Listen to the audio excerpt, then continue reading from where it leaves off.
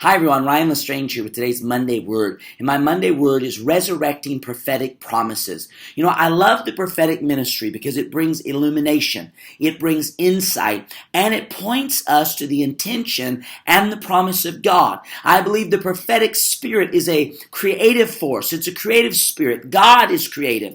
God calls those things that be not as though they were. He speaks things from the invisible realm and brings them into the visible realm. Well, that's what the prophetic ministry does. It points us towards future promises and what God has declared over our lives. And I love that. The Bible said faith comes by hearing, and hearing by the word of God. It's the rhema, the spoken word of God. When God speaks to me and says, Ryan, I've called you to do this. Ryan, I'm ordaining you for this assignment. The moment God speaks that to me, there's a release of faith. The unseen substance of heaven called faith comes into my spirit that empowers me to move mountains, to jump over obstacles, to bring divine change and rearrange. So promises unlock power.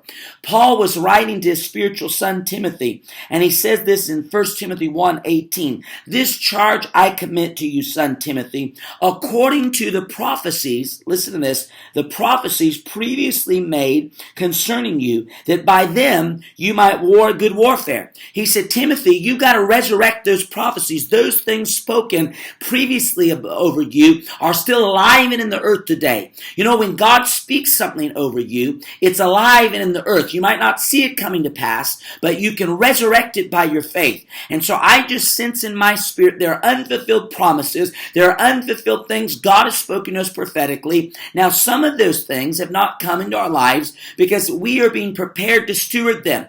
God is a wise master steward. He's not going to give us something that we're not prepared to steward. So he's preparing us. When Moses was on the backside of the desert, he was being prepared. He may not have been walking in fulfillment of destiny at that time, but his heart was being prepared. His character was being formed. Sometimes we go through a process forming our character and preparing us to steward what God has called us to steward. And so many of us are in that season right now. But I believe it's time to resurrect those promises. Number one, you've got to get them out. You got to go back and find what God said to you previously. Get those recordings out. Get those prayer journals out. And then begin to partner with it. Faith always has action, so act on it. Begin to speak it. The spirit of faith is a spirit of speaking. It's a spirit of declaring. It's a spirit of decreeing. Your life today is the result of many things spoken previously. Some people say, everyone in my family's always been poor. I'm going to be poor. Everybody's always been sick. I'm going to be sick.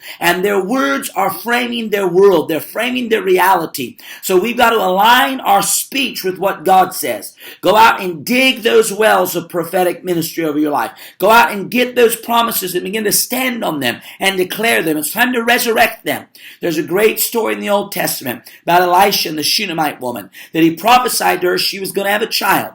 And we know the story. She had a child, and then the child died. What did she do? She went and laid the child upon the bed of the man of God, and she had a persistent faith to get the man of God to come back. She went back to the place of promise. I feel in my spirit some of us need to go back to the place of promise. What did God say? I don't care what the devil's saying. I don't care what it looks like. I don't care what the enemy's throwing at your mind. I don't care what your unbelieving relatives are saying. It's time to resurrect the promise. Get out the promises of God. Get those pictures. Get those images before you. Begin to dream again. Begin to see again. Begin to declare and speak what God said. God didn't just give you that word for you to feel good in that moment. That word is an invitation to another realm, to the realm of creativity, to the realm of faith, to the realm of promise. It's time we resurrect our prophetic promises. Paul said, Timothy, make war with the promises. The Shunammite woman made war with their promise. She said, God promised me this child, and the devil's not going to steal him.